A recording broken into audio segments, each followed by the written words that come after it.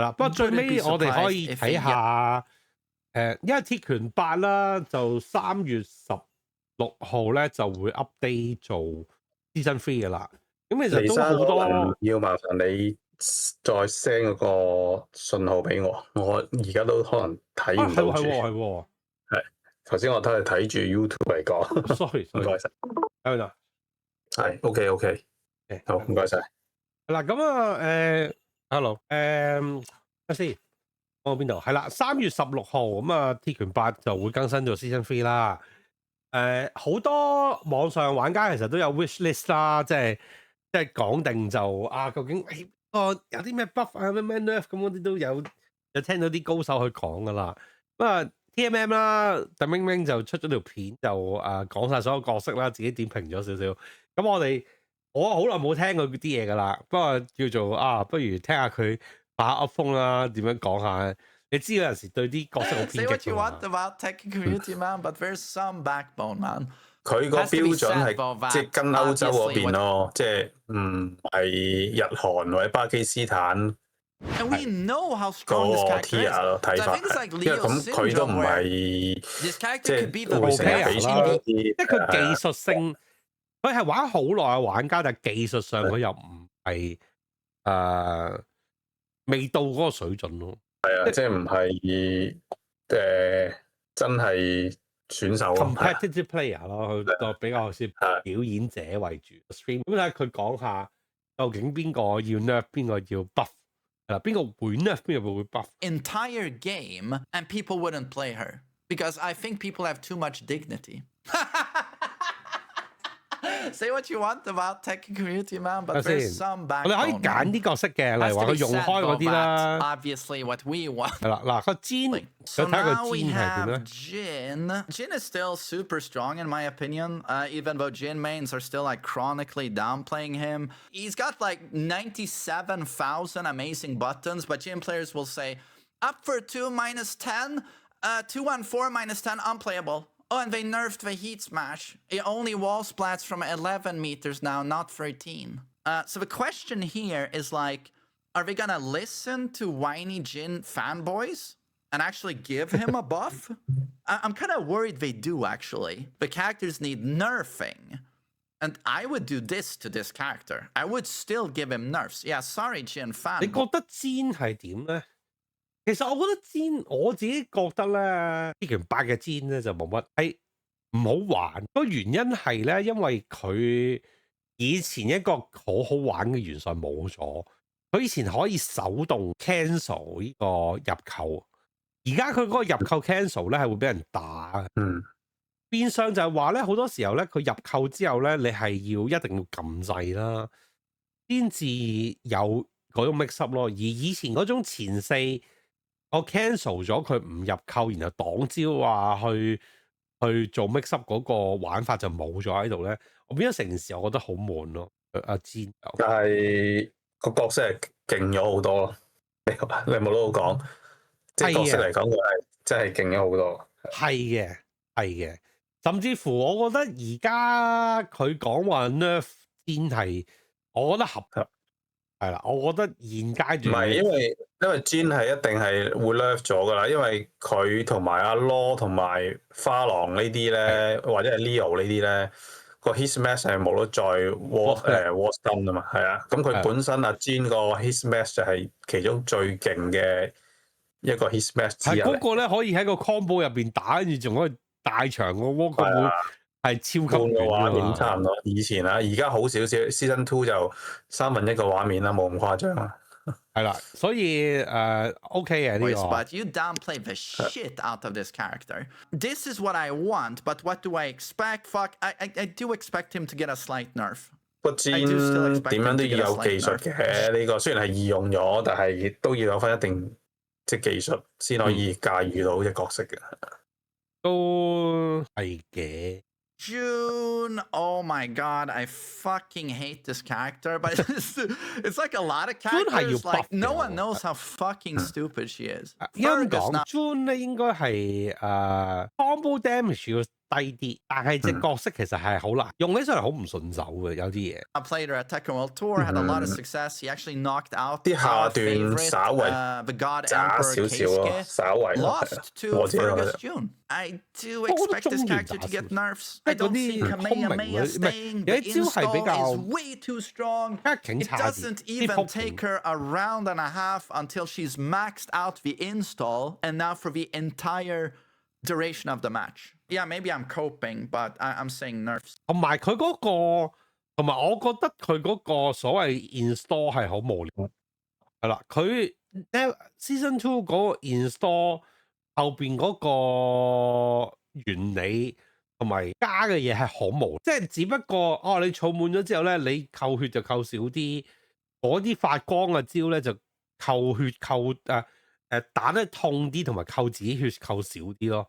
係一個好無聊嘅機制咯，純粹只不過係為加而加咯，係啦。我希望佢可以喺嗰個 install 嗰樣嘢度咧，就花多啲心思咯，而唔係話好似而家 season 2嗰個多。哦，睇下佢 Kazuya 點講。Kazuya Mishima will stay sort of the same. I want to see nerfs to this character. I want to see Scourge down. No, you know what? They're gonna buff him. I swear to God, they're gonna buff him. 佢有話 buff 㗎啦， Everyone loves Keisuke. 就要佢話個 Death 會 buff 呢隻角色，但係咧佢想隻角色 nerf 嘅。咁When you listen to the crowd, everyone loves Keisuke. He's the GOAT. Everyone wants to see Keisuke win. Just make the Hell Sweep a launch, for God's sake. No, but what I would like to see on this character is like down 1+2 nerfed, -15, and then down back 1-2 into Rising Sun into Wallsplat is cheap as fuck. That is just dumb from a 13 frame. It's so dumb. So that, in my opinion, should be removed. I think they don't see him as a problem, considering online worst win ratio in the game. Only Keisuke plays him in tournaments. I just don't think they will nerf Scourge. I don't think they're nerfing Damak 1-2. But we know from the trailer that 1-1-2 can now transition into that laser throw sequence from 4-4-2, so that's a buff. I see slight buffs on Kazuya. Kazuya，我基本上只要佢個 Hell Sweep 都仲係咁咧，永遠都唔佢個內落係會 Wall Splat， 永遠都係咁樣嘅話，其實隻角色就，但係我又唔覺得佢哋咁去喐 Hell Sweep 嘅咧，因為咧其實所有三島家咧嘅內落咧，已經冇咗 knockdown 噶啦。如果連 Kazuya 嗰個內落都冇 knockdown 嘅話咧，咁我覺得就調翻係會令到隻角色佢其實咗個 identity。鐵元霸都改咗啦，佢而家佢係有兩款 Hell Sweep 噶嘛。以前而家係多咗個即係風神44噶嘛，即係第二下係上段嗰下咧。係佢呢個係已經係有佢係有兩款 Hell Sweep 噶嘛，以前得一種噶嘛。係我都唔明我都唔明。你覺得內落44有咩用啊？內落44嗰下咧，一就係好似係扣多啲嘅，係啦，但係個 Oki 咧就少咗嘅，即係個 recover 嗰個 frame 數冇咁好嘅。係另外以前舊嗰個咧就扣少啲，但係可以上場咯。係你要睇情況嚟用咯。嗱，我覺得內落44其實都係幾無聊一招嚟嘅。首先第一就如果第一下擋咗嘅話咧，咁你嗰個進咗出唔到嚟啦。咁本身 save 呢個特質都冇乜用啦。除非你第一下你預自己 whiff， 跟住你出埋個上段，咁就叫做 safe 啦，係咪？咁然後 combo ender 咧，因為你其他嘢 buff 得太多咧，根本就冇人會用內落44做 combo ender。以前都做冇人會用呢個做 enter 嘅，而家係佢只係講單獨 Oki 咁樣用啫嘛。佢而家就係以前咧，因為你 combo 收招個限制大啲噶嘛，即係有時你可能最尾用電風做 combo ender， 但係如果你技術好好嘅話，你可以做個好快嘅內落44去做 combo ender 啊嘛。41，以前係41。嗱，好似 Heihachi 就有個咁樣嘅諗法啦。Heihachi以前係41，有啲位唔到噶嘛，所以要用內落44啊嘛。係啦，嗰個問題就係 Kazuya 以前就算點樣，你都唔會用內落41去做combo ender，即係都好少。所以我覺得其實嗰嚿嘢咧就怪怪地嘅。anyway，佢而家呢個唔係㗎，佢內陸根本都唔係攞嚟做 combo ender，佢而家嘅分別都係即係你用嚟就咁惡而用㗎嘛。都係講遠咗。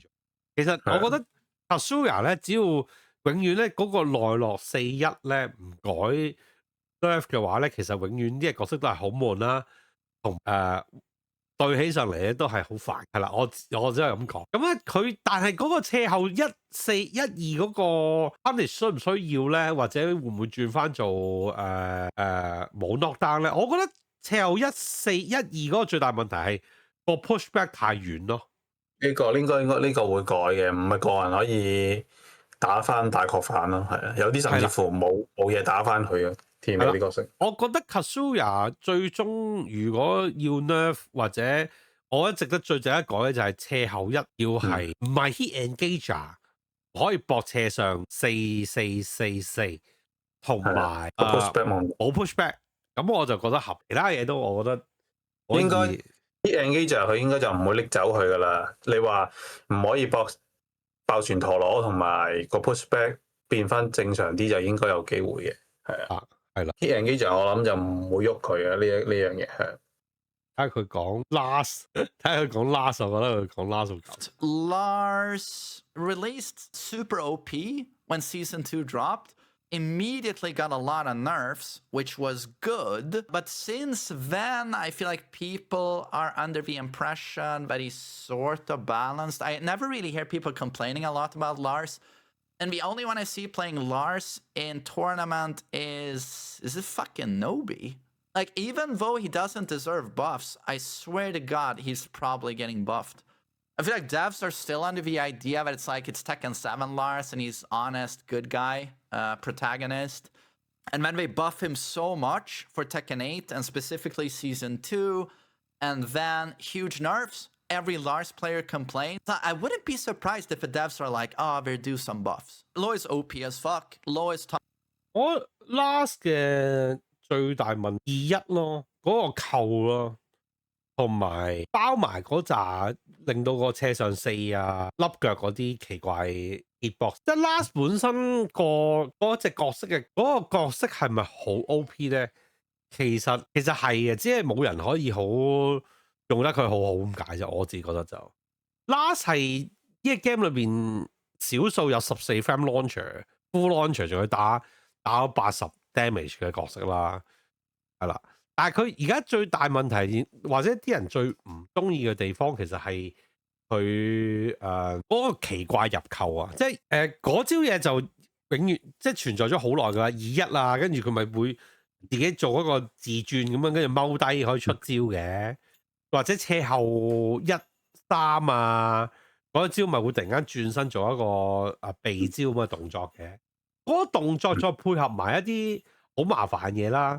即本身咧嗰個扣咧都唔勁嘅，其實個扣本身出嚟嗰兩招咧都係比較慢啦。其實你本身可以用中段去咗佢嘅，就算你按 hit 嘅話，即係俾斜後1-3打中，你都可以用中段去截佢嘅。但係因為嗰招斜上4咧，笠腳咧有個好奇怪嘅判斷啦，就會令到你有啲中段會打唔中啦。嗱，呢啲嘢如果佢改咗嘅話咧，我覺得 Lars 唔係真係太勁嘅啫。另一個頭先講一個扣嘅問題就係，如果嗰個扣唔係俾佢自由可以出晒任何中段，即係唔會俾佢出到前4-1啊，或者前雙拳嘅話咧，其實嗰個扣咧都係可以接受嘅。只要呢兩嘢咧掹走咗嘅話咧，其實 Lars 就應該去翻正常水平。同埋 Lars 本身比賽咧都未必一定太強嘅，即係 Nobi 當然 Nobi 可能本身佢都發揮得好好啊。其實佢用 Lars 都打到經常都打到 Top A 啊 Top 4嗰啲位啦。咁但係當然你話對住啲黐線嗰啲，即係好似Arslan Ash 啊 Artif 嗰啲，梗係冇肉食啦。但係 Lars 其實另一個問題 casual 你玩嘅時候咧，因為啲人實在太癲啦 ，online 嗰啲人咧。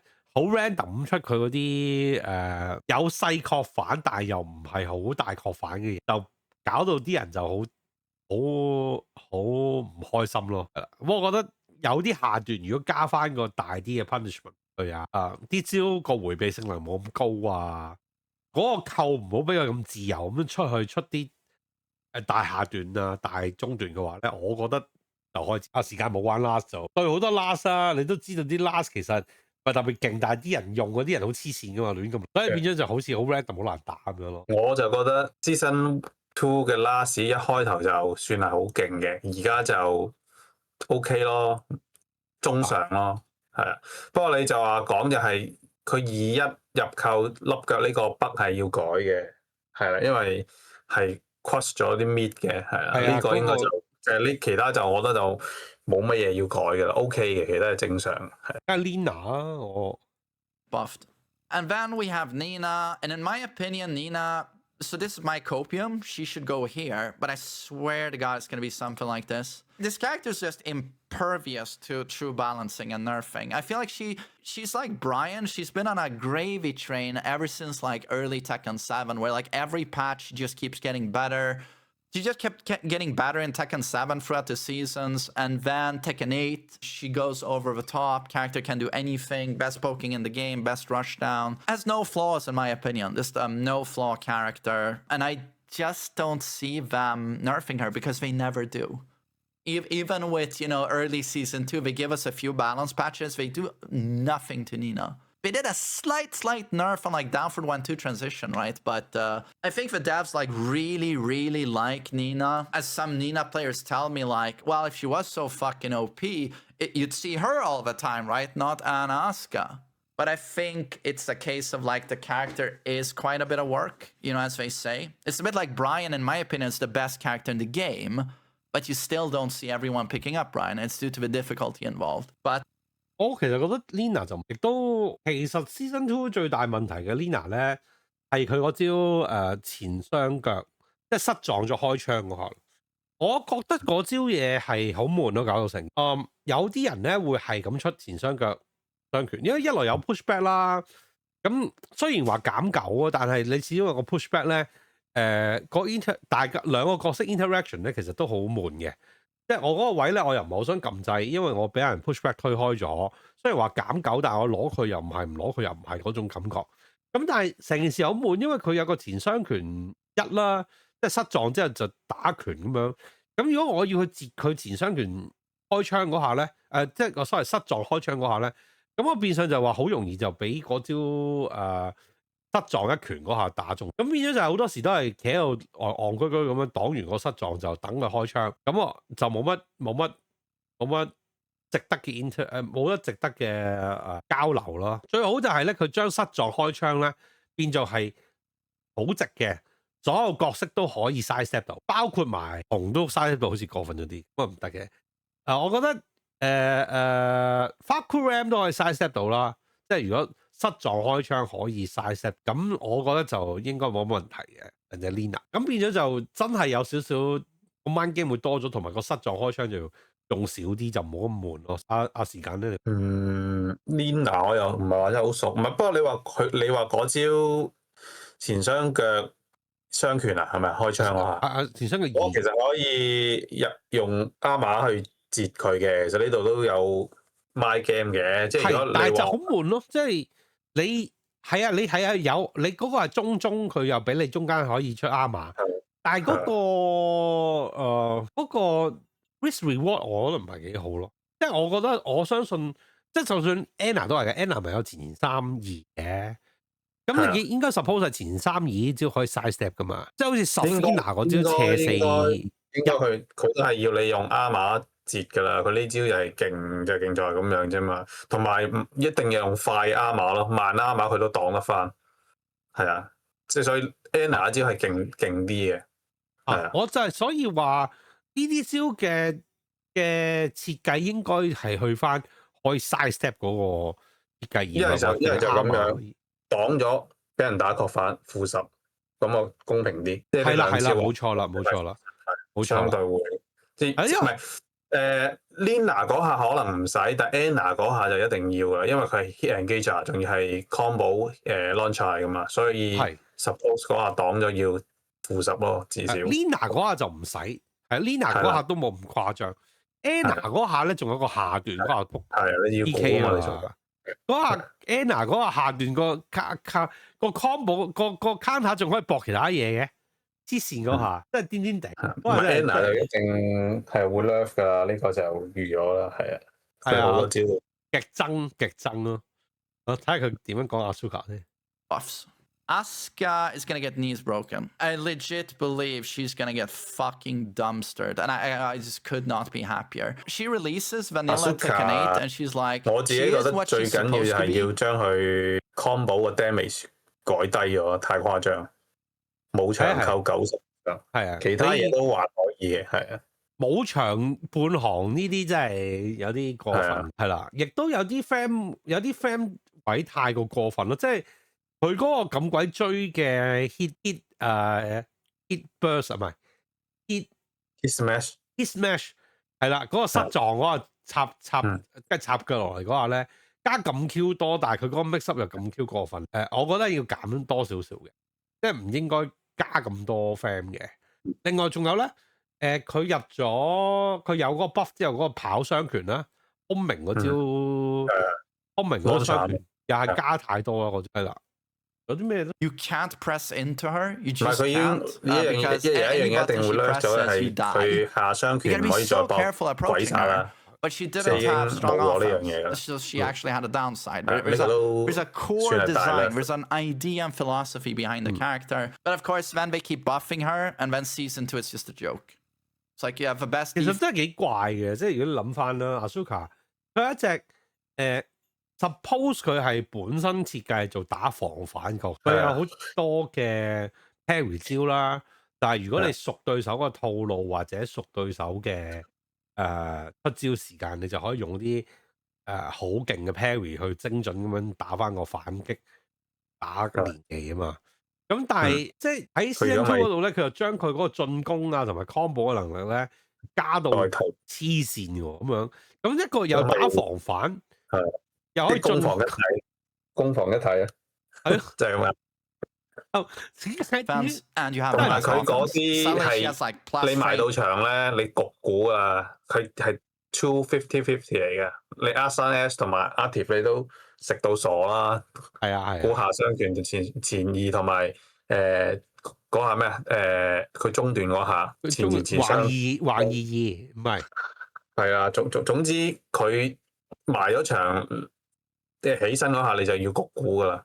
係好多好奇怪嘅，好硬，即係好誇張嘅嗰個攻擊力又高，啲 mix up又強，跟住你 pressure 佢嘅時候，佢又有啲好癲嘅 counter hit 啊 ，carry 招去入 combo 又成啊嘛，可以 everywhere from +8 to like +11 and you just there like but these moves if they hit me they do like 50 damage or they launch me 佢最緊要就係最誇張就係 50-50 with increased range on down 即係唔使用咩資源，已經係冇長一扣半行，呢個係一定要改咯，係啊，冇錯，我都唔明其實佢其實可以喺 season 中間應該可以去做改動或者喐啊，佢都唔敢做，我都唔明。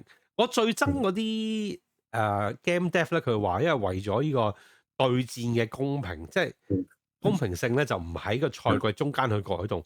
但係因為其實賽季中間你只係影響可能 0.5% 或者 even less than 嗰個數嘅 player base 啊嘛。真正嘅玩家大部分都係屋企打緊對戰啊。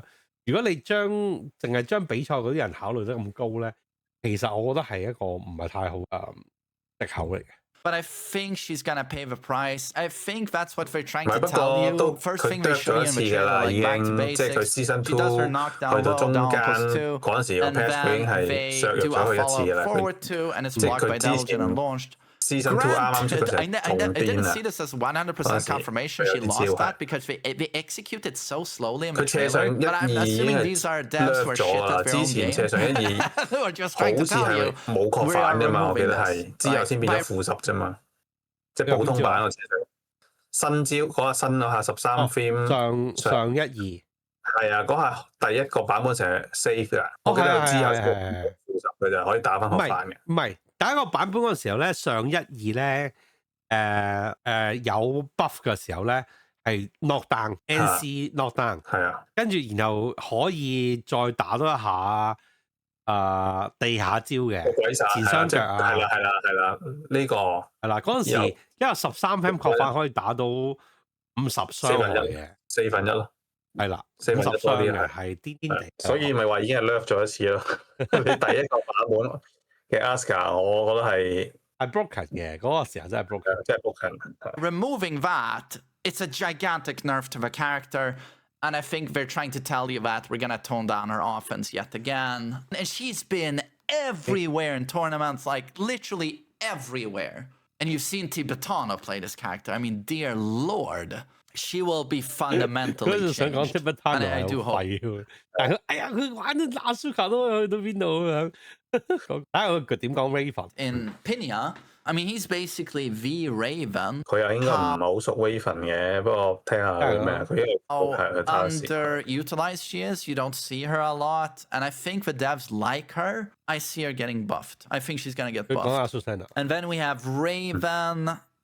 And here we have one of the greatest Japanese pros, right? In Pinya. I mean, he's basically the Raven.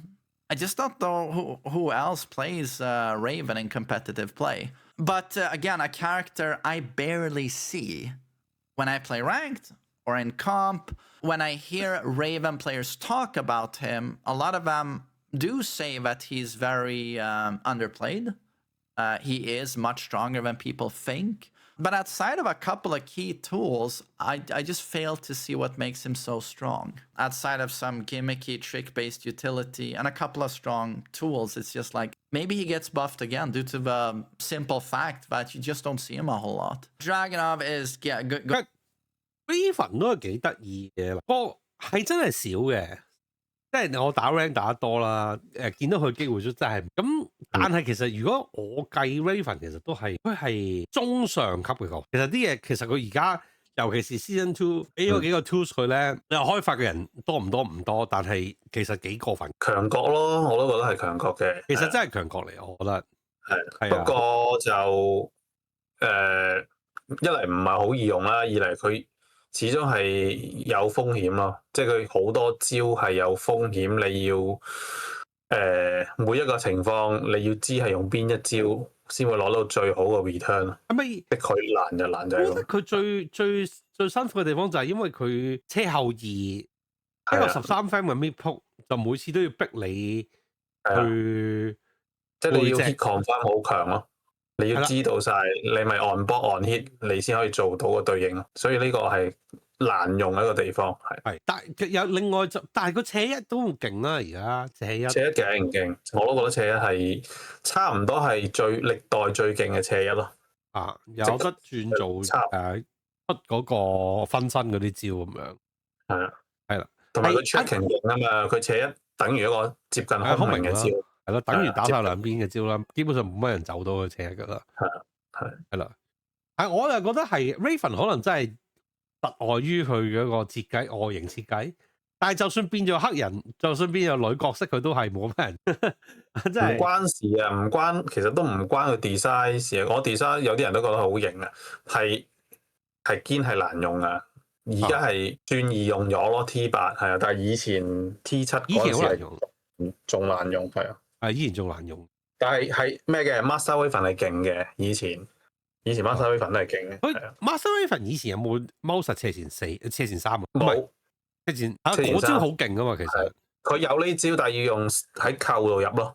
佢另外以前喺扣嗰度先出到呢招咯，但係而家就直接係一招新招俾咗佢，直接可以咁樣出咯。係啦，因為我覺得其實成隻 Raven 我諗最大一個改變就係佢可以踎實斜前3，由下段入背後加 frame，嗰個 mix 係好誇張嘅一個，算係多一個新嘅手段咯，係啊，算係好嘅，係。但嗰招係好難處理，我自己覺得就係，同埋你 on block 咗，你都仲要估咧，你仲要估佢究竟係咪 parry 啊？邊隻 parry 啊？係啊，即係唔係一定打得分，即係類似 Leroy 嗰個咁樣咯，類似係。Dragunov going to get nerfed. He was on release, he was even stronger than Season 1 Brian. That tells you a lot, because Season 1 Brian is stronger than Season 2 Brian. And Season 2 Brian is the strongest character in the game right now, in my opinion. And on release, Dragunov was even stronger than Season 1 Brian. It was still cool to see him getting buffed because he was so dog shit throughout most of Tekken 7. Like, early Tekken 7, he's strong. But most of Tekken 7, he's dog shit. Arguably the worst in the game considering the effort you put in playing Dragunov. But so, Tekken 8 Vanilla, Giga Broken, best character in the game. And then you get, you know, Evo Japan with like, I don't know, 5-6 Dragunovs in the top 8, or I don't know, I don't remember how many, but Dragunov was ever. 我 Dragunov 就而家叫做近翻啲啦。其實係比較偏，其實 Season 2係偏弱嘅，我覺得 Dragunov，但係討厭咯，即係嗰招後4-2我都覺得係討厭。佢除咗招後4-2之外，其實其他嘢都還可以，但係討厭嗰種感覺，即係。但係後4-2就不嬲都有喎，呢一招咁耐以嚟。係因為後4-2嗰個討厭係因為後4-3太勁。而家 OK 啦，之前就勁嘅，因為之前係 launcher 啊嘛 ，hit and 機就 launcher 啊嘛，而家就唔係就我都 OK 嘅。係。不過其實我 Dragunov 都唔係渣啦，係強國嚟嘅。開頭啲人以為係削咗會好似渣好多，但係其實咁多個而家。即係明佢嘅 Pro Player 都話 Dragunov 都仲係屬於即係 top 10強國，係渣一啲咯，係差一啲咯。係因為佢始終佢俾翻個12 frame 嘅 hit and gauge launcher， 嗰個12 frame 嘅 hit and gauge 我覺得癲嘅 hit and gauge 係啊。我覺得嗰個12 frame full combo 招嘢係癲嘅，減14個咁快嘅 shoulder， 又可以喺波部嗰度出，係啊。係啊，好多你好多時而家打 online 就係好多茂利咪出完今日咪鳩出起上雙拳咯。係佢爆咗 hit 之後，咪睇下你撳噶啦，咁同佢鬥撳咯，因為呢招就好快。係啊，我覺得嗰招嘢係傻衰嘅，仲要係嗰個波部雙拳係 on hit， 即係如果有 hit 開咗嘅話係 full combo 嚟嘅喎。係啊，係 full combo。係啊，60。即係雖然話 open 嗰陣時候50幾，打埋 wall combo 190，算少過其他嗰啲少少，但係都係有一種感覺係。唔係 open 唔止嘅 ，open 可以打到70㗎，最痛嗰個。如果你落得到，總之可以打到70啦。佢最痛嗰下。係嘛？係。好難咯，但係我 I mean anyway， 即係角色係討厭咯，都仲係嗰啲解唔到嘅頭技啊、三擲嗰啲。佢撲嗰啲頭，而家有咩啊嘛？佢有個埋牆有個 set up， 你要估噶嘛？中完之後，佢白鴿轉之後，嗰個你係要擋個中段，一係就要搏佢個，即係你要一就擋唔到個中段。嗰招就有個針著點嘅，嗰招你可以垂直起身起上4跌到佢噶嘛。即係如果你嘅角色有個11 frame 嘅起上4嘅話係。但係好似個時間準個 tackle 好似係。走唔到，唔係太難嘅啫。其實你個人推杆起身，向上 tap 一下，跟住喺起身途中，你嗰時撳到，但係好似係會輸下段咯。佢下段會 counter 你，跌到啊，兩個都截，中下都截到嘅。我 suppose 但係都係好 technical 嘅嘢咯。嗰 part 但係討厭咯，即係你話嗰隻角色係咪好 OP 嘅 broken？ 又未算嘅，但係打落咧就覺得好討厭，即係點解佢要有啲咁樣嘅？咁樣嘅 mix up 俾你要搞到咁煩咯，個感覺。嗱咁老實講，我寧願打佢好過打 Anna 同埋 Asuka 啦，即係咁講。要我揀，係嘅。Brian 都仲可以，或者好過打 Last 嘅。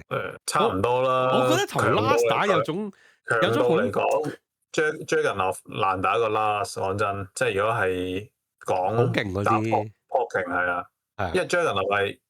好全面啊，同埋你打到高 level 嗰陣時，佢開咗 hit， 你真係俾佢擋個細下段，你就 GG 咯。嗰個係嘅，嗰個擋咗佢個板就扣你70以上，埋咗場就80幾，即係你俾佢擋一個細下段，你就就死嘅咯。好多時即係打上面 wing， 你即係嗰啲你係佢開個 hit， 你唔覺意擋一個負12嘅就。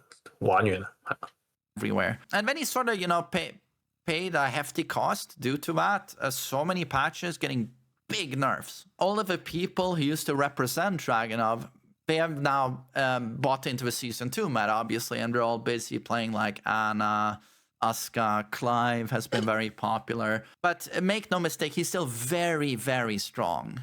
And it's like, as soon as they nerf Anna, we're all back on Dragunov. I can't say I see this character getting any sorts of buffs. It is season 3 now. It's supposed to be back to basics. This character still has 1-1, back for 2, sneak 4, unbreakable tackles in heat, while running 2, heat smash. I just don't see that stuff staying the way it is when hopefully all of these other characters get nerfed. So I'm going to put this boy on the nerf list, but I don't see him getting his knees broken. He will still remain what he is right now. Very 最慘係幾難改，因為有啲嘢都真係好嗰個主力嗰種個 gameplay 個哲學嗰種設計嗰個 basic 原就係嗰種 annoying。但係嗰啲嘢真係本身真係好，因為係基本上嗰個出錯咗啊嘛。咁根本追人落就係打 pop 勁啊嘛，所以你過到去 pop 煩或者好即係好 annoying 就因為跟住你，因為佢 pop 勁好煩之餘，佢有啲可以你又解唔到嘅達啊嘛，我就好即係嗰種好憎嗰種就係嗰啲解唔到嘅達你即係我自己當然我好憎解唔到達啦，所以我因為我對 2D 我好憎 2D 其中一個原因就係好啲解完達之後又交嗰件事。唔係，如果你有反應，你可以咩嘅？佢即係 tackle 過嚟嗰陣時，你即刻跳踢嘅，即係好似吉剛個 unblock 咁樣嘅。你見佢有動作，係即係但係你要好。而家有幾招有個新噶嘛，有個上段打落去又你擋咗都要中嘅。哦，嗰啲咁嗰啲要估咯，冇計嘅。係啊，嗰個真係估啊嘛，但係你係真係中咗啦嘛。咁又唔係淨係佢有，咁其他角色都有呢啲。同埋131同132我都覺得好 Q 騎。唔係以前都有㗎。132以前唔係 full combo 嚟㗎嘛，係嘛？係咁即係 buff 咗咯，呢樣嘢係。132係132。唔係132係要 counter 先會 full combo。唔係132唔使 counter full combo 㗎。我記得好似要 counter 先 full combo。直接嚟 full combo 㗎。係咩？係啊，佢唔係好似 Asusana 咁樣㗎，佢嗰132直接 combo 係好拉癲㗎。anyway 係啦，我唔知啊，我就想佢 nerf 多啲嘅，即係我真係，亦都有啲嘢真係太過唔係好鐵拳嗰種感覺嘅。望下 Leo 先，睇下 Leo 講。Leo is this character that also no one plays, no one knows fuck all about. I know it's a very strong character, but again, no one plays the character. It's like Ao Richie and Ao Richie. Leo should get nerfs, but I just don't see it happening because the dude just keeps getting stronger and stronger, I feel. I mean, season 2, he got the Bok double low, which he didn't need at all. And just has all kinds of other dumb buffoonery garbage. Wouldn't be surprised if Leo stays the same or gets buffed on the idea that, well, no one plays the character anyway. So might as well buff, right? They could make Leo the best character in the game, and even Atif would go like, well, I don't give a shit. Already now, this character is super strong, but no one knows and no one is interested. I don't know. 我覺得 Leo 個問題係喺佢金雞嗰度咯，即係個金雞個扣係嗰啲 mix up 咧係越嚟越太多嘅時候咧，喺有 hit 嘅時間咧，嗰招嘢太過麻煩即係如果佢金雞2改慢啲同埋容易啲 punish 嘅話咧。或者有得 side step 嘅話咧，金雞2啊，即係嗰招橫邊除上段嗰招嘢咧，如果容易啲 punish 啊嗰啲，我覺得整體都還可以接受。時間你應該我都唔會改㗎啦。佢金雞2嗰個佢就唔想俾你可以 side step 同埋 interrupt 㗎嘛，佢焗住要你係要踎咯。咁耐嘢。但係金雞2嗱，金雞2本身冇問題，但係金雞2個問題係因為而家有金雞有 hit smash。唔係有 hit smash 有招下段或大鏟啊嘛。如果金雞之後唔出得嗰啲咁勁嘅招咧，我都仲覺得可以留翻金雞。但係金雞2就因為咁多招 cover 咗之後咧，金雞2就變咗一個。我諗佢之後有可能會金雞嗰個 hit smash 係可以 side step 一邊嘅。應該就如果仲可以出 hit smash 即係喺扣嗰度出嘅話，就唔會話要你完全焗擋咯，係啊。當然嗰個冇咗 wall spec combo 都係一個福音嚟嘅呢一 part。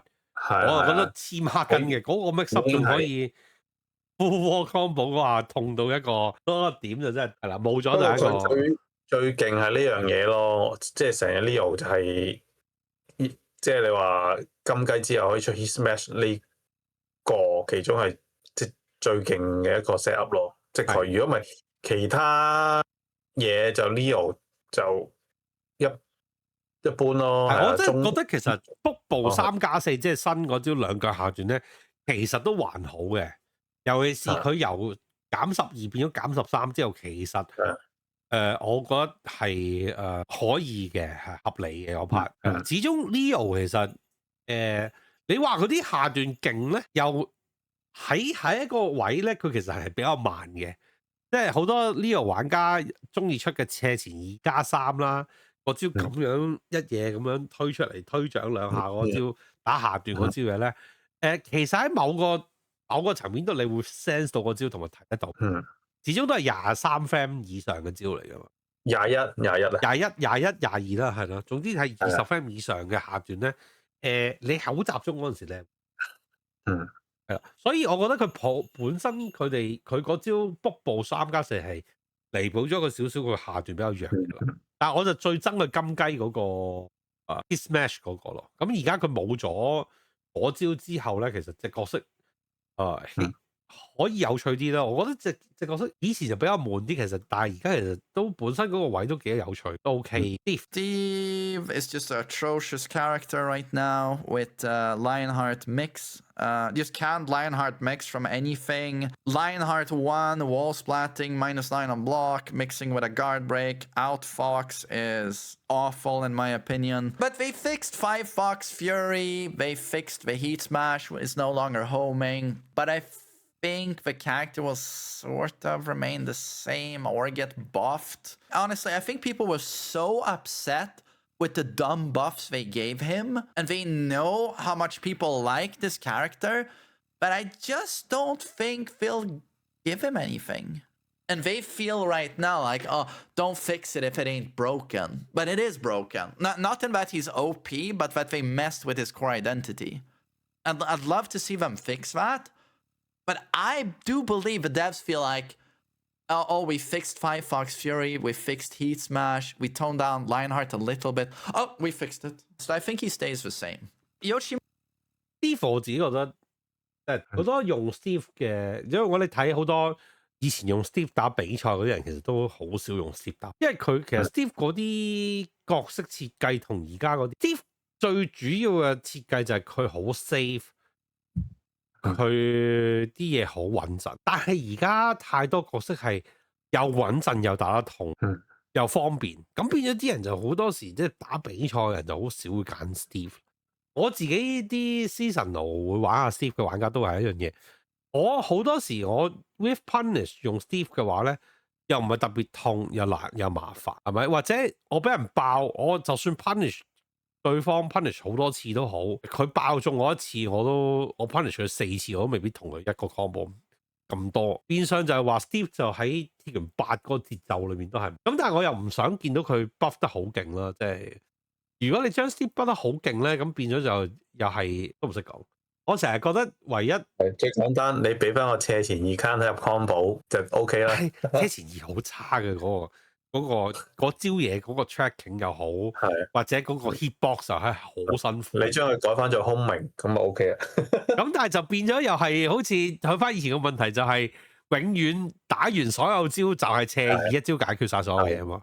係呢個又係鐵拳7嗰陣時嘅問題，一招斜二解決晒所有嘢，咁又變咗啲人又唔開心。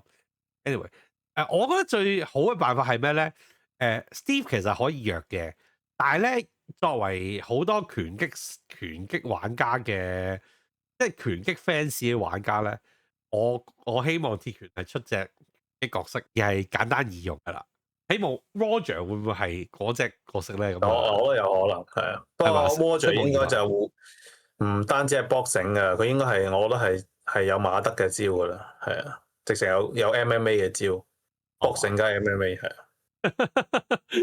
你好中意 Roger 一定？ Mitsu's a hard 我唔係好 one 中意 because Watcher he is super strong. He did well at Tekken World 不 Tour. 過 Like 隻角 at 色 the 係幾代表到 LCQ, 鐵拳嘅，即係呢個系列係啦，啊係啊， Yoshi 係咪 super yeah, Kanan strong 咧？ transferred iMusician second. Like,其實我唔係好同 Hector did super well. I feel do like believe they should he's look at held how in Armor King is very because high he's regard pretty in much Japan perfect. because of his game-breaking 以前就係咯 utility ，Season in One 就 that, Top Five 咯 you know, ，Season Two 可 potential 能 for an top ten 啦 8-frame，launch 頂盡。 into his new combos, into his new damage, Season One into 就 his 真係好 new 勁 infinite ，Season One OT 應該係歷 situation 代最 for 強 1 嘅 plus 2. Yoshi。哦係啊，Season One 嗰陣時 Yoshi 係補血補癲嘅，係啊，嗰陣時佢而家打完一個你哋可能 combo 加半行咯，係啊，而家以前即係好似用一般角色為例啦，你打完到 combo 你大約補翻20血左右啦，因為你你如果有白血佢補翻10至20血左右啦，你打完到 combo 之後，但係咧 Season One 嘅 Yoshi 咧打完一個 combo 之後咧係補翻60血嘅，係啊，係啊，啲白血係加翻成50啊60啊咁樣嘅。你好似咧俾佢打完攞到 combo，即係佢就算零血都好啦，只要佢係白血啦，甚至乎佢有啲招咧係白血都唔使都可以補到血嘅，係啦，好黐線嘅嗰陣時 Season One。咁啊，其實 Season Two 已經將呢啲基本上搣走咗嘅，咁再係就變咗佢就同以前有少少相似，就係就算我做晒啲 mix up 啊，做晒啲 gimmick 嘢咧，個傷害都唔夠一般角色高咯。呢個就係其實佢都幾大影響嘅喎。嚟緊咪冇咗 Wall Smash Full Combo 嘅，佢嗰招 Hit Smash 都係噶嘛。咁可能佢 buff 咗，可能佢又整佢再快少少咧，或者再快啲，或者攻擊力要再高啲咯。因為佢嗰招嘢其實都幾食。佢通常我諗全部應該我覺得佢嘅方向就係全部冇晒 Wall Stun 嗰啲，可能就會個攻擊力強咗咯。有可能應該要就嚟補翻，或者多啲 application， 多啲功能性嘅嘢咯。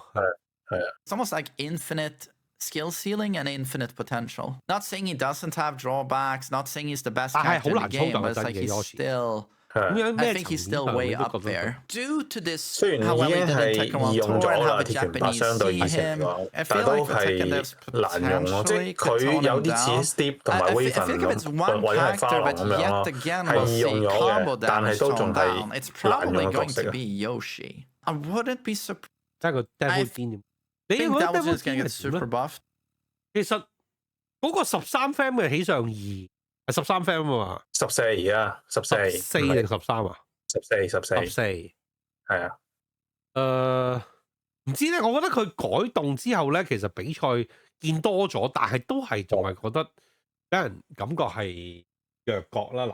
我諗最主要嘅問題都係佢斜唔係，同埋佢而家佢都 buff 咗嗰招咩啊？前雙拳啦，嗰招中段而家擋咗係加1噶嘛，即係有一個比較好嘅 pocket。前雙拳唔係空明嗰招咩？後雙拳前雙，即係中段一翼冚落去後雙拳啊，應該係。斜後雙拳係啦，後雙拳定斜後雙拳拍落去單發嗰下嘛？係啊，嗰個走嗰個加 fam。係啊，而家係加1直咯，偏直咯。但係都叫有個幾好嘅、比較好嘅中段可以用下咯，係啊，我覺得 OK。同埋佢最近啲人開發到個 combo 打背脊 ，Ender 打背脊呢下 set，我諗如果早少少啲人揾到會，可能比賽會見多啲人。比賽裏邊都係變咗就多咗啲 damage 嘅啫，因為啲人一見到嗰個 set up 就唔起身噶啦嘛，咁你變咗都係踩多一腳咁解。對於好多都有少少回報嘅，即係你突然間偷咗次雞都幾好嘅，偷多上係啊，但係始終操作太麻煩。比賽你中1次就夠噶啦嘛，唔需要你中2次啊嘛。同埋我覺得操作太麻煩啦，因為如果如果打比賽我要操作3到加。我都揀氣哈池，我唔揀 Devil Jin 啦。氣哈池嗰個癲嘅，即係低地啊，低能啊。You got a lot of buffs for season 2. 係咯， and with 你 those 可以咁樣 balance 諗嘅， patches, 即係 most notably, I think like 要 down 搞 for 咁多嘢做嘅效果 his 差唔 new 多 combos, 係 his heal hell sweep. And when we took away his down back 1 plus 2, which was his, 老實講，我覺得氣哈池始終個用法同 Devil Jin 都 it was 幾 so 唔同。 cheap. But everyone agrees. 實質上嚟講係幾唔同。係。但係始終 Devil Jin 其實個 potential 都高嘅，佢其實喺某啲中間位咧，佢嗰啲，例如話佢有個14，我可以一直咁講，你話 Devil Jin 幾咁渣都好，即係啲人都係話，但係你無可否認佢個 Hell Sweep 即係內落係成隻 game 最勁嘅係下段 launcher，呢個係咁耐以嚟都係冇改變嘅事實。係，同埋佢而家都有14 frame 有 Outstanding Launcher，係啊，然後佢呢啲嗰陣時後2-3都係14 frame Launcher 嚟噶嘛。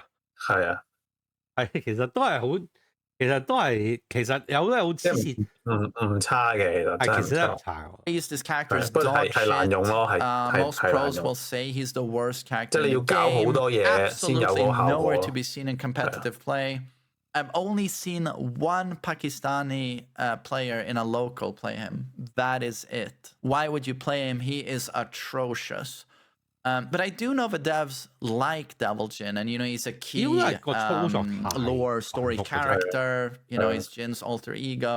So I do believe Devil Jin is going to get super buffed. I don't know what they will do, but I wouldn't be surprised if they yet again buff his speed, even more damage on the middle options. I hope they don't speed up CD1+2 or make the heat smash more tracking again. I hope they don't buff 佢 the 一定係要用 tracking, 啲 but 最難 I 嘅 combo 啊，一定要啲嘢準到不得了啊！如果你發揮到100%咧，佢係好勁，但係你就要你狀態非常之好，你要個環境非常之靚，咬走晒你咁樣，跟住先。你100% 嘅角色都可能係係啦，差少少嘅 percentage 咧，都會變得好啱嘅。Brian 都聽到2-3隻就差唔多啦。Brian 係 Brian 同埋 Anna 咯，係咯，呢啲一定要知嘅啦。Brian is 100% getting nerfed.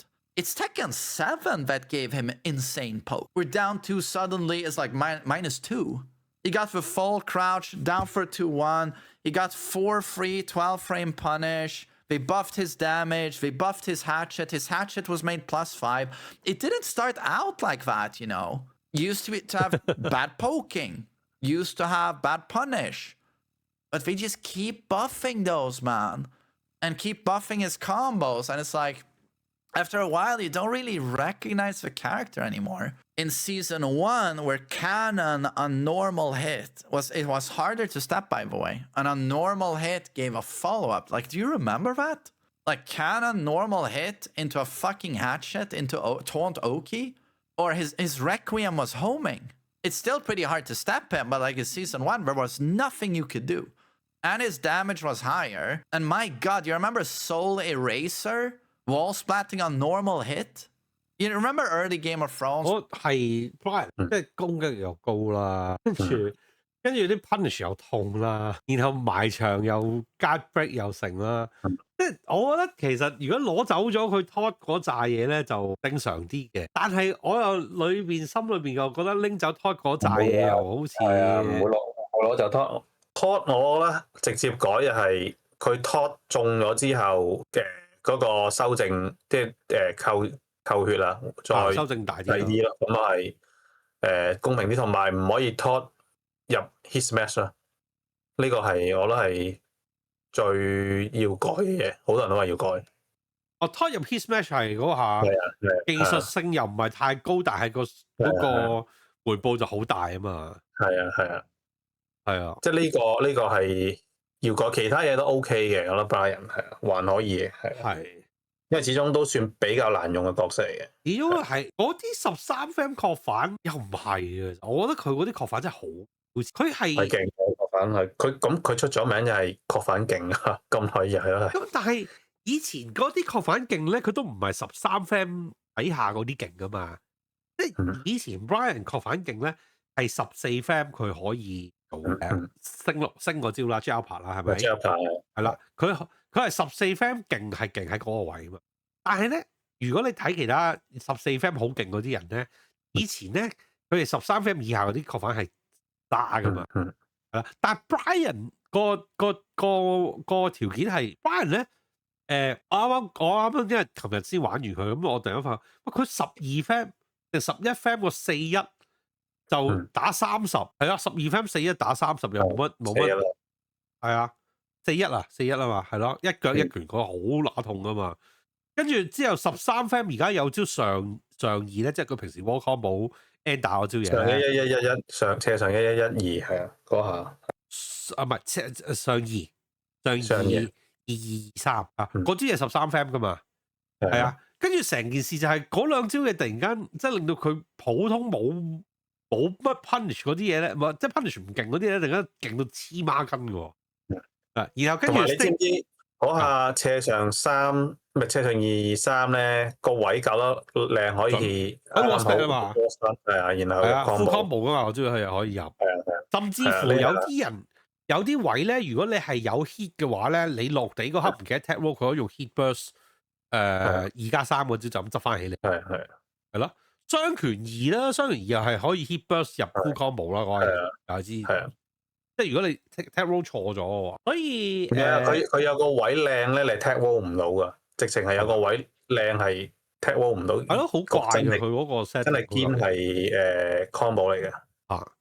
跟住然後成堆嘢啦，即係嗰啲 stick eye 裏邊嗰啲咩21前21 34 232啊，後雙拳啊，踎實斜前3啊，哇嗰堆嘢真係你埲牆嗰度你已經驚緊俾人拖，跟住就一大堆呢啲咁樣又破防又大下段，痛到阿媽唔認得嘅嘢一堆。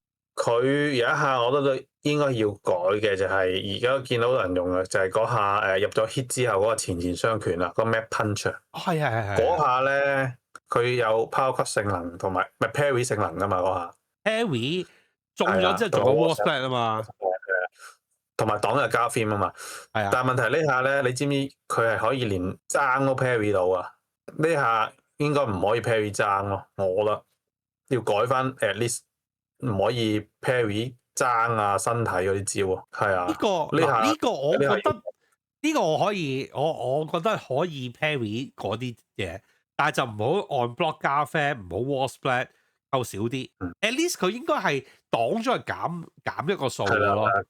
wall splat 都 OK 嘅，但係真係唔好 parry wall splat 你覺得 OK 啊？我覺得 parry wall splat 唔 OK 喎。所以我咪又覺得佢唔可以所有招都 parry 到咯。即係嗱，我自己嘅觀點又係啦。佢係接近所有招可以 parry，除咗武器咯，即係武器唔得咯。我就調翻轉，我覺得佢可以 parry 所有招，但係 parry 到唔好 wall splat。各有各咯，即係總之 at least 呢一招係要 nerf 咯，就係。係嘅，我認呢招我都係有啲。It was so exciting because you felt like anyone could die at any moment. No one had plot armor. He's more like the protagonists of the final season of Game of Thrones, where it turns into your average show and it's super predictable. He's Jon Snow. He gets stabbed in the heart 50 times, and then 5 seconds later he's okay again due to black magic. This is Jon Snow for all intents and purposes. Ever since like season 2 of Tekken 7, and this is many years ago. Buff. Season 2. They nerf a few things and then buff the shit out of other things. Where you go like, okay, I just think he's gonna. 我都明。He's gonna remain insane. 你每一集加啲，每一集加啲，咁最後就成隻怪物就走咗出嚟。He's gonna get some nerfs, but it's not gonna be anywhere close to what needs to be done. They might fix the heat smash. We're gonna tone down Incinerator. Like it's not gonna track up close like it does right now. Combo damage nerfs. Dick is gonna see damage reduction, I think. But he will remain insanely strong. He should be somewhere around here. It ain't gonna happen. I think he's gonna be in the nerfed territory. Hey, Hachi is definitely getting nerfed. 好啲嘅，係啊。Heihachi 都有太癲咯，我知。I think his combo damage will be allowed to stay. OK 啦，Heihachi 入咗 the heat smash is like the number one problem. 但係正常 When Heihachi launches you, 中上咯， it's a ton of wall 佢始終 travel, 下段真係偏 but 弱 his damage is very 哦， high. 嗰個問題係而家因為你入扣有得踩啊嘛，跟住入扣有得捉啊嘛，即係嗰幾種嘢令到你即係個下段嗰個弱嗰個就彌補咗啊，彌補咗冇錯啦，即係佢嗰幾下咧係痛到阿貓唔認得，同埋又你嗰個位唔踎嗰下都好緊要，即係仲唔好講佢嗰個內落喺即係冇支警地開咗 buff 之後嗰下冇咩冇確反嗰下黐線啦。And then, he heat bursts on the wall, jab, wall combo, rah! And now when you wake up, if that heat smash tags you, you lost the round. He 2-taps you. If you block the heat smash, the round might be over. It's just, the heat smash has limited range, quite limited range. And it can be stepped easily. But the thing is, a good Heihachi, he will slap it on you. He will not allow you to step it. And also, he smash 之後嗰個二達好黐線噶嘛，佢嗰個剁手破防上段同佢嗰招中段升龍拳係一樣速度噶，你冇得忽斯格，係啊，你冇得忽斯格嗰樣嘢。我即係話可以接受就係，譬如話佢改翻咪夾逼之後扣得再少啲咯，係啊，即係冇扣咁多。我自己個人會想佢個升龍拳應該減多啲咯。佢嗰個升龍拳都係嘅，痛得癲，負11啫嘛，好似係。係啊，痛到喊之餘。你嗰下中段上場 wall spread 係講緊扣一半噶咯，係咪？但係跟住係啊，嗰下一半噶啦嘛。咁但係你嗰招嘢減11啫喎，你點咧？咁我唔踎就 guarantee 俾人哋打咗50血。如果中嗰個中段就再扣100血，係啦。跟住然後我就算企喺度，我就算擋咗佢咧，我都係扣得佢20。嗰種無奈，嗰種唔公平嘅感覺係好乸明顯啊嘛，嗰下。You're not crouching this character at the wall. All he has to do is do a health rate plus 8, 下㗎啦。and now you have to respect the heat smash. 一係就係話個夾逼扣，即係修正再大啲，扣得少啲，淨係個升龍拳擋咗，起碼13、14咁樣。可能係咁咯，或者升龍拳嗰下本身冇扣咁多，因為佢嗰下單下都扣好多啊嘛。係啊，嗰個升龍真係好，等於中咗個崩拳咁樣咯。係啊，你嗱嗰個升龍拳冇 wall spread， 我都覺得仲可以接受。你 full wall spread 之後 full combo 大佬，黐線好抵。But heat smash 100% will be nerfed. 已經係咁嘅事。I think there's a chance 1-1-2 wall splat goes, but I think they feel it's too much of his identity that it stays. But the core things that will go will be heat smash. And Warrior Instinct will be nerfed. Warrior Instinct is way too strong right now. Like how it completely denies you recoverable health. Right? Every damage he does to you is permanent. That alone is like, it's pretty fucking insane.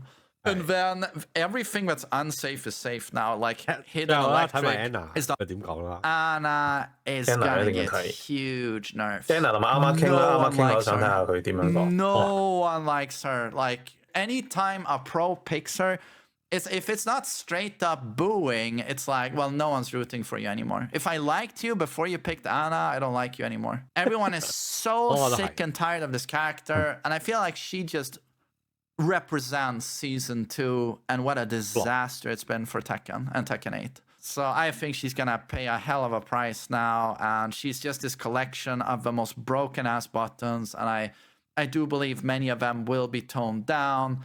And I also believe that anyone who's played her in like comp play or when I play online, they don't give a shit about Anna. 係唯一一隻咧，全部 Popea 都話要 nerf 嘅角色，即係我相信都係嘅。我覺得全部人都覺得隻嘢係傻傻地。係啊，即係你 Brian 或者 Asuka 都唔係話全部人一定話要 nerf 到去咩咁，但係 Anna 係所有 Popea， 即係 even Artif 都話係咪 Asa Ash 啊嗰啲都話一定係要 nerf 佢噶啦，係啊。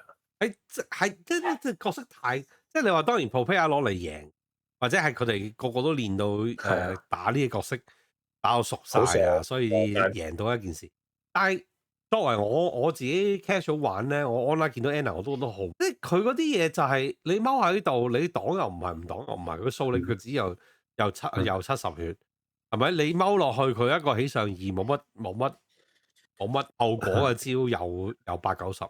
唔係呢一個咧，就以前咁耐以嚟都有呢個玩法，即係佢不嬲個玩法就係 basic 嚟嘅，但係佢係其他嘢過分啊嘛，佢係其他嘢過分啦。前3-2啦，我自己最憎嘅其實。係啊，嗰下空明啦，前雙拳嗰下真係前2啦，前3-2啦，又係黐線兩招都係。係啊，係啦，即係你講空明嗰招上段唔係啊，中段啊，係咪前雙拳啊？唔係中企喺度雙拳，係啊，企喺度雙拳嗰下，我知道空明中加 Fam 嗰招嘛，係啊，誒 Counter 有 follow 嗰下啊嘛 Counter 可以係 WhatsApp follow up 嗰招嘛，啊，導彈啊嘛，係啊，所以呢招嗰招又係傻傻地地噶嘛。中段空明咁快有加 Fam 嘅真係，雖然話短啫，但係都你要你再長嘅話唔使出其他招啊。啊，淨係撳呢下咋。係啊，喂，同埋踎喺度以前咧斬腳趾又好，或者起上二又好咧，嗰個問題係而家起上二喺空中打中你中 full combo 啊嘛，嗯，係啦，即係起上佢係一個二直接 spin 直接嘅招 spin 你啊嘛，咁你連跳踢嗰個機會都冇咗。第二就係咧，以前佢斬腳趾咧係你可以 side step 左邊避到嘅，即係同佢個 trailer 嗰度有。即係佢個 trailer 都知個問題喺邊度，佢又係 nerf 嗰個位係啱，我覺得啱嘅。但係始終嚟講，你 neutral 俾人哋佢踎喺度等你嘅話咧，你又真係好難一下都 sidewalk 左邊右邊嘅，除非佢其他嘢都設計得好好啦，例如話起上二元追唔到右邊左邊 sidewalk 啦，或者係其他招係完全追唔到嗰邊 sidewalk。唔係咁，佢呢個佢又唔會改嘅，佢一定係你走得到嘅下段，佢就有啲中段會 check 到你噶。呢個就應該我就唔會改，佢始終係要。如果兩個都係 launcher 嘅話，冇理由係同一邊走唔到。我個 concern 係咁啫嘛。咁如果你諗，如果即係如果佢兩個都係 launcher，你淨係走一邊，咁你可以俾你走嗰邊就有招比較冇乜用嘅，例如話起上四會而家踢到左邊啊咁。咁你變咗就話我當你走嘅時候，我就會避到個下段大下段，然後咧就會可能會中個起上四。但係我就唔會話突然間我一走位嘅話又會中個浮空。你如果我走嗰邊就只會中浮空。改咯，係啊。不過我覺得佢最大問題係佢其他 neutral 嘅招、poking 嘅招都好勁。係呢個真。即係你話10 fam fit engage 就係2前1啊。係啊，呢下係咁撳啲人。呢下係黐線嘅。入扣 cancel 太快啊！點解話嗰下中段空明嗰下即係雙拳咁勁啫？因為佢之後有呢個 film check 啊嘛。係你有膽撳你就即刻 counter 又 wall stun 噶咯。係啊，甚至乎咁快中間仲可以變中段，3下60嗰下。即係hammer chance 講咗個 hit engage 佢都中啊，佢再喐啊嘛，嗰下加 film 噶嘛，嗰下係嗰啲 counter 又勁咯。係啊。好誇張嘅， just these tier horse 因為 Anna 咧以 because 前咧 就佢二擲係好勁，但係佢 poking 唔係話真係咁強，同埋個 range 唔係咁遠。而家係二擲又強，poking 又勁到癲，個 range 就好誇張。佢仲要未講佢有即係嗰個咩 debuff 嗰樣嘢咧，即係中咗毒魔。個 side step 咧，佢係女角嚟講，佢係嗰啲 side step 係特別勁噶嘛。係啊，所以冇啊，係最勁、最全面嘅女角色咯，係啊，我咁講。Unbelievably stupid. 同埋又唔係真係咁難用咯，佢好 She's stable。 become the face of these problems, you know, and she was quite cool in Tekken 7. She had her drawbacks, you know. She has way more personality than Nina. Kind of liked her, but she's so despicable in Tekken 8 that I do feel bad for her because she's gonna get gigantic nerfs and then no one's gonna play her. And then when you think back to her, about her, all you're gonna think is like a broken piece of shit, like flush her down a toilet. Fakum Ram Armor King is a tough one. He was released very well liked, I think. I love this character. I think Tekken 8 Armor King is arguably my favorite Tekken character ever. I've had so much fun with him. Yeah, I really like Armor King. And he's a solid, strong character. It's just that if you want to be a top tier in this game, you need a 10-frame G-Clef. You need that install. He doesn't have it. You want more potent stance, rush down. You need God buttons. Armor King revolves around having a lot of great moves, but he doesn't play 5 God buttons, and that's what you need in this game. He was released not long ago. I just don't see them buffing him. I actually would not be surprised if he is completely untouched. Because outside of a couple of bug fixes, they haven't really done a whole lot to the character since release. But granted, we haven't gotten any balance patches, but I think he will be completely untouched.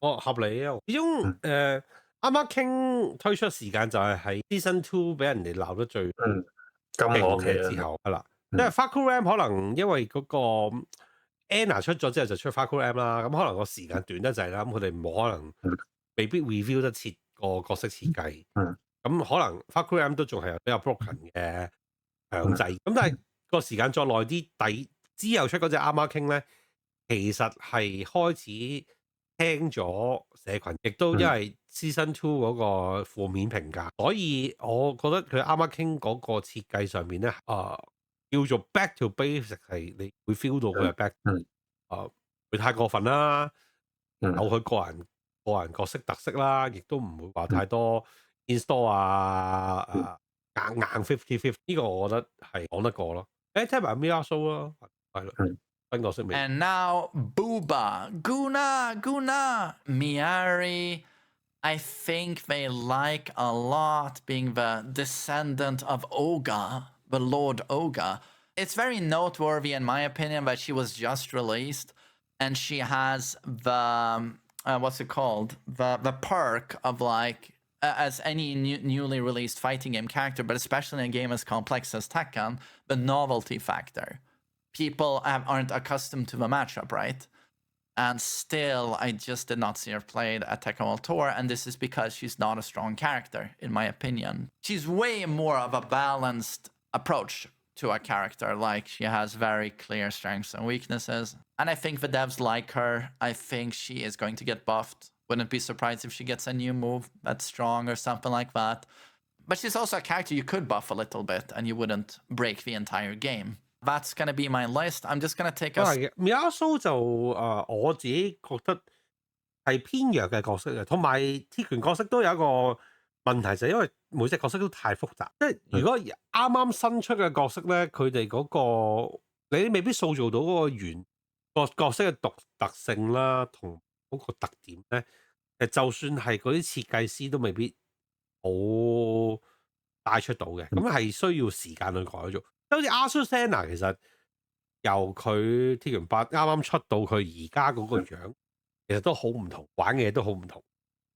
係啦，但係就都係要經歷幾次。我都同意阿 Mia Soul 其實而家呢個位係未係叫做可以喺 tournament 有咩大成績啦，亦都本身啲角色偏會悶啲啦，始終新角色。個設計未咁，但係佢係 solid 嘅 mid-tier 咯，我覺得係值得 buff 嘅。但係會唔會係第一個 patch 做 buff 咧？我就覺得唔會。